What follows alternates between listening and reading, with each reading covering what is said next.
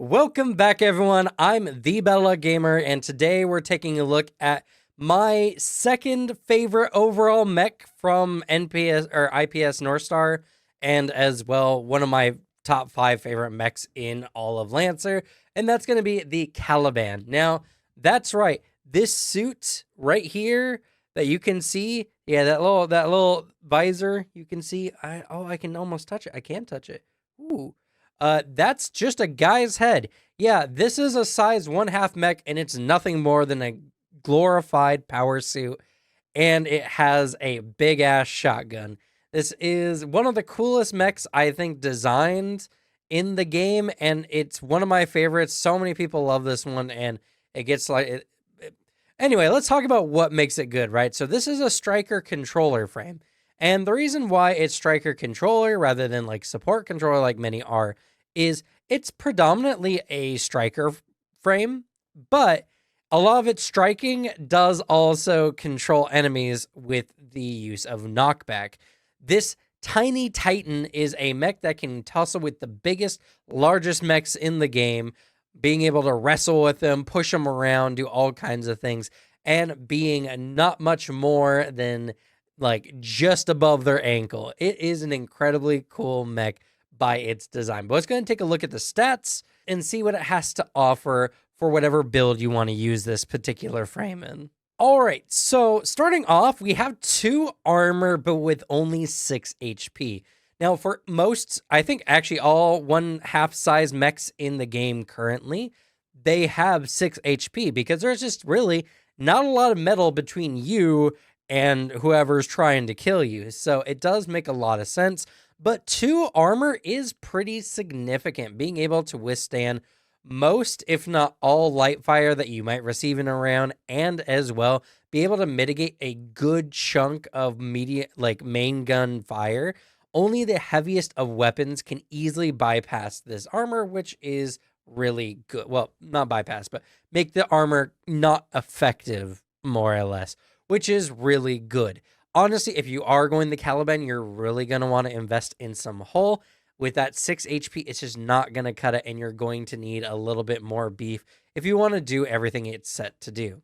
Now, its evasion and E-defense are actually average. Its heat capacity is on the upper end of average, and its sensors is very low, one of the lowest in the game. So obviously not designed to be a long-range mech, and to put that more forward, it has a tech attack of -2. Now, its repair capacity is actually on the upper end of average, and its save target is actually above average, which is really good and makes a lot of sense, as this mech is going to be trying to push a lot of other mechs around, and thus the whole point of the kit kind of revolves around the saves. So it makes good sense. Its speed is also slow. It's below average as far as speed is concerned. And honestly, I would definitely invest in a lot of agility with this mech. This mech does want to be very mobile. And with a variety of its other features, you can actually move great distances every round if you play your kit correctly. Now, its system points are also below average, but fortunately, there's not really too much you need to make this particular mech frame work. So if you do need some extra system points, then invest a little bit in systems. But honestly, structure is just going to be your major point of focus, as it's going to vastly increase your survivability. Moving on to its frame traits. Now, obviously, from what we saw before, the only real remarkable thing about this particular frame was its good save targets and its 2 armor, which puts it above average. But otherwise, it felt a little lacking. Well, the frame traits definitely more than make up for it, and Wrecking Ball is a doozy of a trait. So the Caliban can't count as a size 3 when inflicting knockback with any ram, ranged, or melee attack.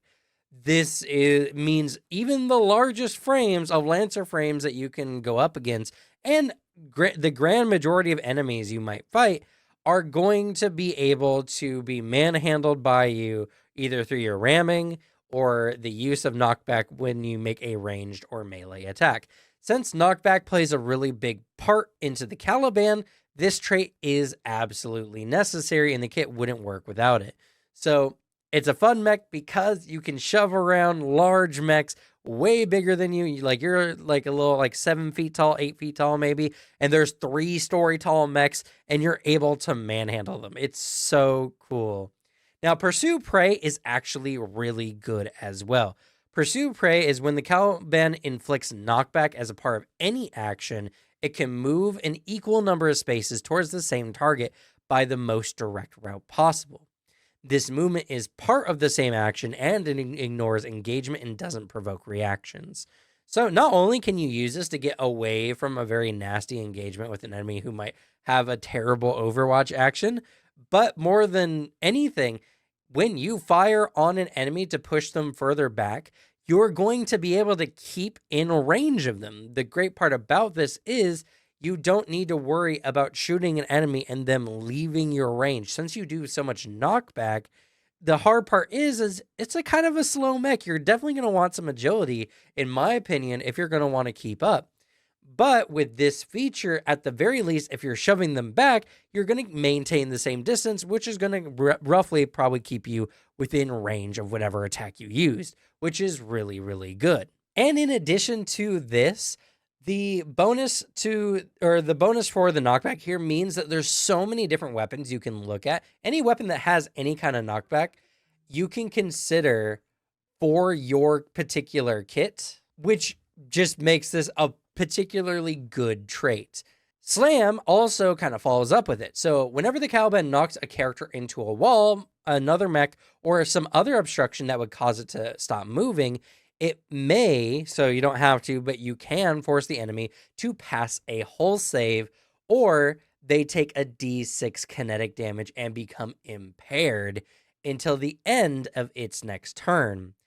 That impaired is real nasty, but the bonus D6 kinetic damage, when you look at this, anytime you shoot a weapon that could potentially knock an enemy back into a wall, that weapon will just get a free D6, well, not free D6 damage, a bonus D6 damage that doesn't count as a normal bonus as long as the enemy fails a hull save.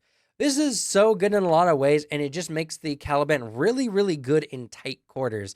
You can knock mechs around easy, and it's a really good time, honestly. I absolutely love the Caliban and how all its traits just kind of work together. Now, the last trait here is nothing too special. It's weak computer. A lot of mechs that have really good traits kind of have something like this. You have a +1 difficulty on system saves and checks. This mech is not designed to be an anti-hacker or any kind of hacking mech anyway, so honestly, makes a lot of sense. Regardless, it's a small price to pay for all these really good traits. Now, we only have one mount on this particular mech, but it's a heavy mount, which is actually surprising. Very few times do we come across mechs that have a singular mount that is also a heavy mount.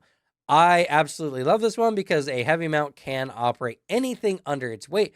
Granted, unlike a aux mount or a flex mount, it can't have 2 aux weapons, but that's a very small price to pay because honestly, heavy weapons are really, really cool, and you're definitely going to want to have one, especially because this particular frame comes with its own integrated shotgun, which is really cool. So let's talk about this core component. So the integrated, the flare shotgun, rather, is very solid. You can see the stats behind me here. Oh, sorry, this is I was looking at the stats earlier. We got to look at the base first because the active effect changes the overall specs for this particular gun. So this is a main shotgun CQB weapon. It has a range of 3 and a threat of 3. That threat is pretty good. And it does a D6 +1 kinetic damage. Now, for a main weapon, that's pretty okay, honestly. That's a very decent amount of damage. Now, after any attack with this weapon, you may smack an adjacent character with the butt end, dealing a kinetic damage and knocking them back 1 space. Now, one of the things about this knockback is this gun also has knockback. And so you shoot the enemy, push them, pursue them with Pursue Prey, and if they don't go flying or you miss or something like that, because it says after any attack with this weapon. So it doesn't even matter if you hit or miss. If you miss, you can hit them with the butt end, dealing a kinetic damage, no save, no nothing, and then automatically knock them back 1. So you can always push the enemy no matter what you do. pretty solid. And that's a really good integrated weapon, but obviously, because this is tied into the core power of this particular mech, it also has the ability to transform into a slightly better version. When you use your core power, it goes into auto choke mode. In auto choke mode, it has a 3 cone rather than just range 3. Same threat, which is fine. And it does 1 more damage, a d6 plus 1 rather than a d6 plus, or a d6 plus 2 rather than a d6 plus 1. Now, you still get the same feature where anytime you miss an opponent, you can, or, if you shoot an opponent and then there's another one next to you, hit him with a gun, hit him with the butt end of your gun and pursue after them. Now, this one is accurate, and I don't even think I mentioned that before. So the prior one is inaccurate, which is not a big deal. There's actually a good way to make CQB weapons get accuracy, essentially, in close range. So the inaccurate doesn't mean anything. And the knockback 2 with this gun is very solid, especially with some of the other features of the Caliban. But the auto choke, not only is it got a little bit more damage, but it's also accurate, which means you're more likely to hit, very more likely to hit. And it has knockback 5. 5. That's insane. Even in a big map, 5 is enough to quickly push an enemy towards any obstacle pretty much on the map in 1 to 3 shots, given the size of the map. Unless it's a completely open battlefield, you're going to get them there quick. And with Pursue Prey, you get to pursue after them. And with Slam, you can even consider that this weapon potentially can do extra damage once per round, sure, but extra damage as long as the enemy fails a hull save. Overall, it's a really good integrated weapon. Now, obviously, there are other flashier core powers out there, but this one is the most functional. And in addition to this just gives you a very, very solid weapon, so you can use that heavy mount for whatever extra things you would like to do. I thoroughly love the Caliban. It's so good. It's just a weird way to put it for this particular mech, but it's so clean. The kit is put together so that it just works. It does what it does, and it does it incredibly well. But the license is also really good. So before we take a look at it, first, leave a like on the video. It helps increase the chance that this channel gets seen, and also increases the chance that Lancer content in general gets seen. As you know, the more people who like the video, obviously, the more the algorithm will push it, which means the more people who will see a really cool Lancer video. And if you do like my content in particular, I recommend a little subscribe. It helps the channel out a lot. We are quickly growing. My goal is to get to 10K by the end of the year to really kickstart this channel off and get it into a really good position for future growth. I've been working really hard on the channel, and so if you do enjoy my content, I would really appreciate the support. But let's go ahead and take a look at the license to see what the Caliban has to offer. All right, starting off with, we have a weapon. You know how much I love weapons in the first rank. And we have the Hammer U RPL heavy launcher. Makes sense. The Caliban has just a heavy launcher to utilize, so its license is going to include some heavy weapons. Now, this is an inaccurate weapon, but it is also arcing, which is really cool. And it has knockback too. So you can already see here its general feature to launch over cover, so that you can shoot enemies even if you don't have line of sight. Now, if you don't have line of sight, I don't believe you can use Pursue Prey, but that's completely fine. Regardless, if you do have line of sight to them, then the knockback 2 you can follow with. Now, it's only a range 5, which for an arcing weapon isn't a lot. It's about just enough to get over a obstruction of some kind or another. But that's still really good. And for a heavy launcher that does 2d6 plus 3 damage, that's a really good amount of damage. Even though it's inaccurate, I would say that the Hammer URPL is a really good weapon to have early in the game. Not a big wow weapon, but it definitely has its uses. Next up is the Supermassive mod. This is a very popular mod, and it's because it's so cheap and easy to get. It's only a singular system point, and it enhances any CQB cannon or melee weapon. Predominantly gets used on melee weapons. that weapon gains overkill and knockback +1. So it's really, really good on a lot of melee weapons, especially with like the Blackbeard, for instance. And the overkill just makes your minimum damage go up just a little bit more, which is really, really good. And it has a very interesting line of text. So during a full repair, you may tune it to remove the safety limiters, increasing the benefit of its knockback +2 instead. Though when you do it this way, if it's a ranged weapon, it gains ordnance, and if it's a melee weapon, it gains inaccurate. Now, there are good ways to gain accuracy with melee weapons through talents.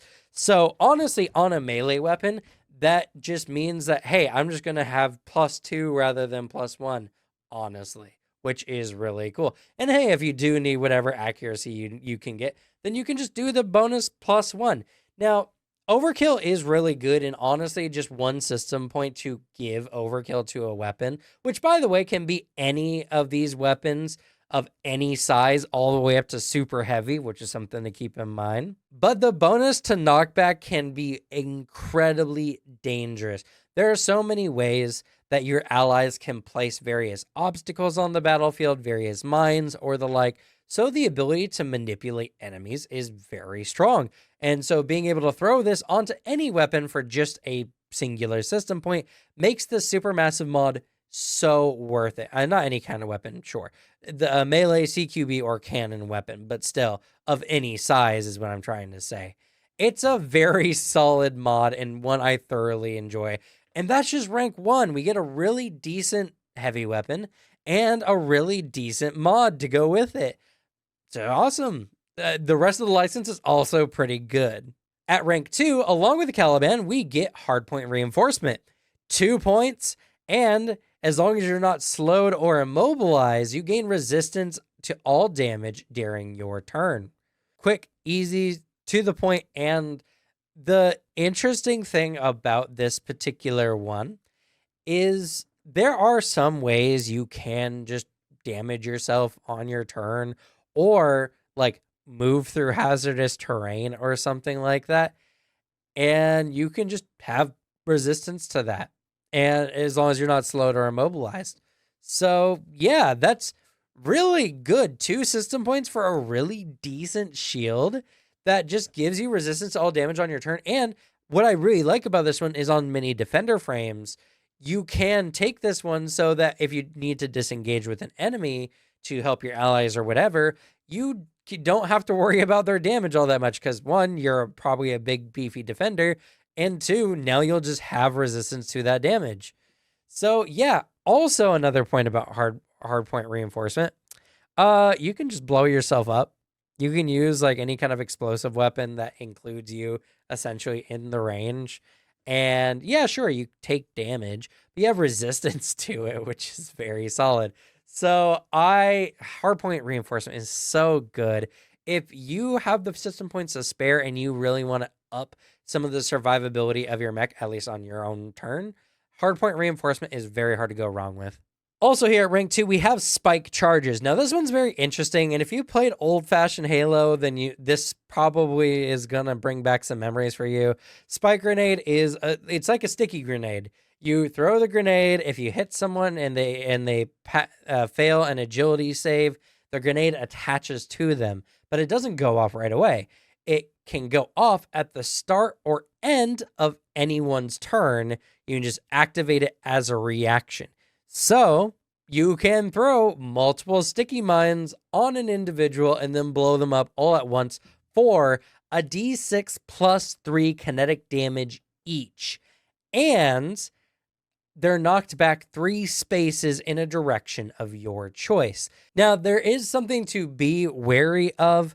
If you don't detonate right away, the character that the grenade is currently attached to can spend a quick action to attempt an agility save against your save to attempt to remove the grenade. And it does say here characters can detach spike grenades from themselves by passing another agility save as a quick action. It says detach spike grenades, plural.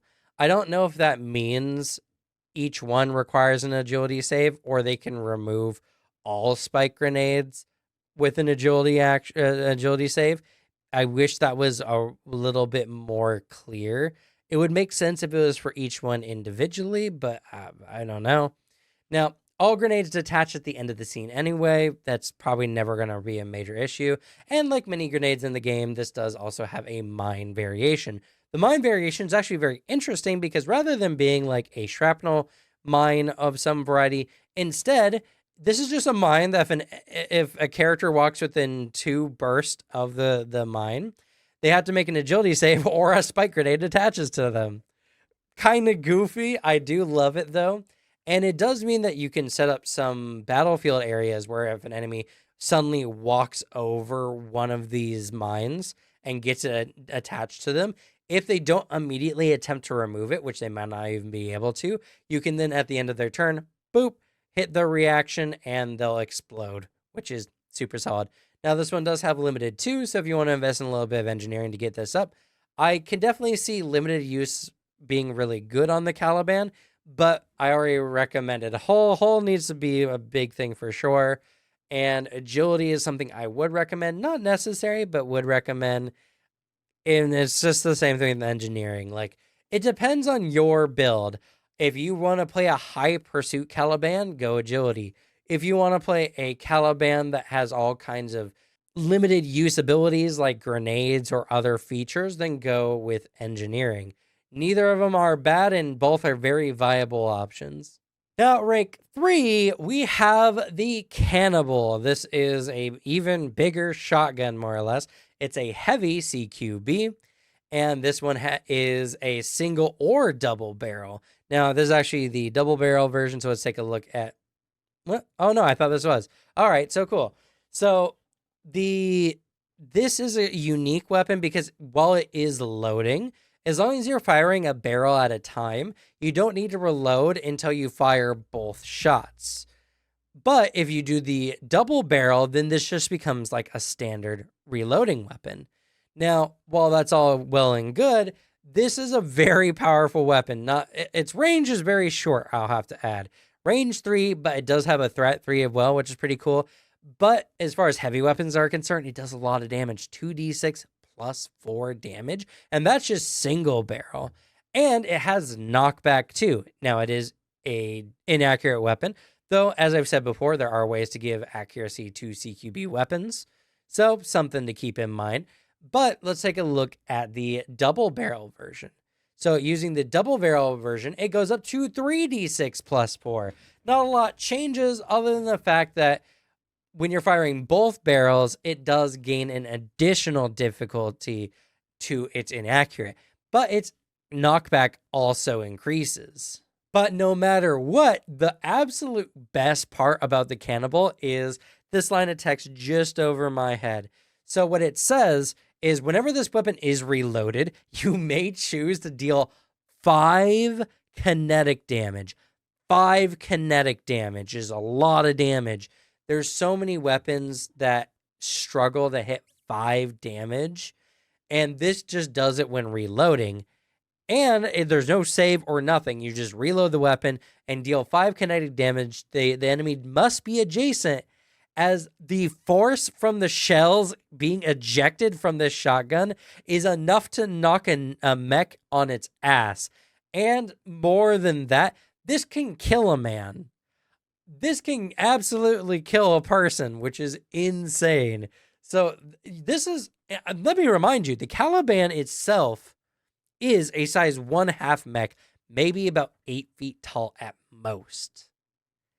The shells from this slightly bigger than your average man mech can seriously damage even heavy armored mechs. Not seriously damage heavily armored mechs, but deal damage to heavy armored mechs, which is absolutely insane. And another reason to absolutely love the Cannibal and the Caliban license altogether. Cannibal and Caliban being in the same license is really messing with my dyslexia, but I made it. And the knockback 4, really good, especially with your pursue prey if you're using this on the Caliban. So overall, the Cannibal is my top choice for our heavy weapon slot, even though the other one is really good. The upper is really good for its arcing features, and it's, of course, based on your particular playstyle. But honestly, the Cannonball is just so cool. I really, really like this gun. And finally, we have rapid maneuver jets. The final system in rank 3. I don't have a good history of doing well with these, but let's see. 4 system points. Oh, that is so expensive. What could possibly be worth it? Well, actually, this is a really good one. Now, of course, 4 system points is a lot, but I do think that it pays for itself.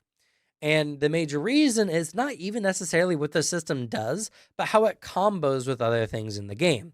So once per round, when you boost, you fly, and you gain an overshield of 3, and this movement ignores engagement, and you may pass freely through the spaces occupied by larger characters, but you cannot end your space in their space. You must end this movement in a space in which you can stand, or else you fall. So the reason why this one is particularly good, 1, Overshield 3 is really, really solid. But 2, it works really good with the Ace talent. Ace boosts you essentially anytime you are flying.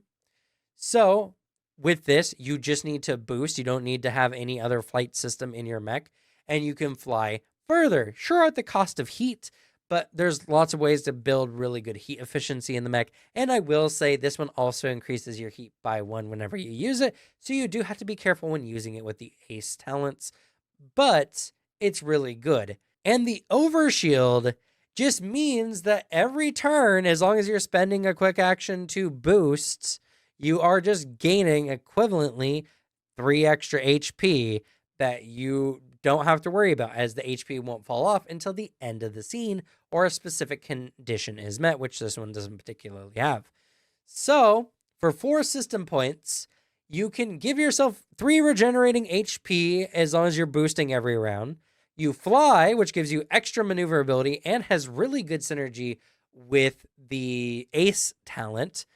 And this ignores engagement and allows you to move through the spaces of larger characters, meaning this allows you to move through what normally could be a blockade in many situations, and you ignore engagement, so you can use this to zoom past an enemy and not get stuck on them. Overall, Rapid Maneuver Jets is a really, really good system. Now, it is very expensive, but I do think it's absolutely worth it. I think if it was 3 points, it would be a little broken. So 4 system points makes absolute sense.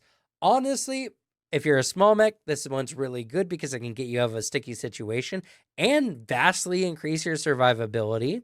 And if you're a large mech, this can be used to give you extra speed, extra survivability even more, and all kinds of wonderful features. So yeah, Rapid Maneuver Jets are honestly a really good final system, which is very rare for many of the licenses. And that's going to be it for the Caliban. Now, we do have one more IPS North Star.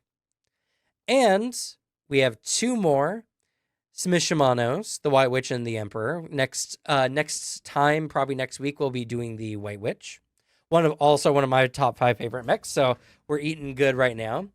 And we only have 1 more from Horus. We're done with Harrison Armory, so we just have the Lich. So that is a total of 1, 2, 3, 4 more videos before they release another mech or another variant frame, which then I'll do another video. But yeah, so if we have not hit your favorite mech so far, we are going to within the next 4 videos after this one. But hopefully you all enjoyed. Thank you all so much for watching. Good luck with your games. Leave the bad luck to me, and I'll see y'all next time. Bye.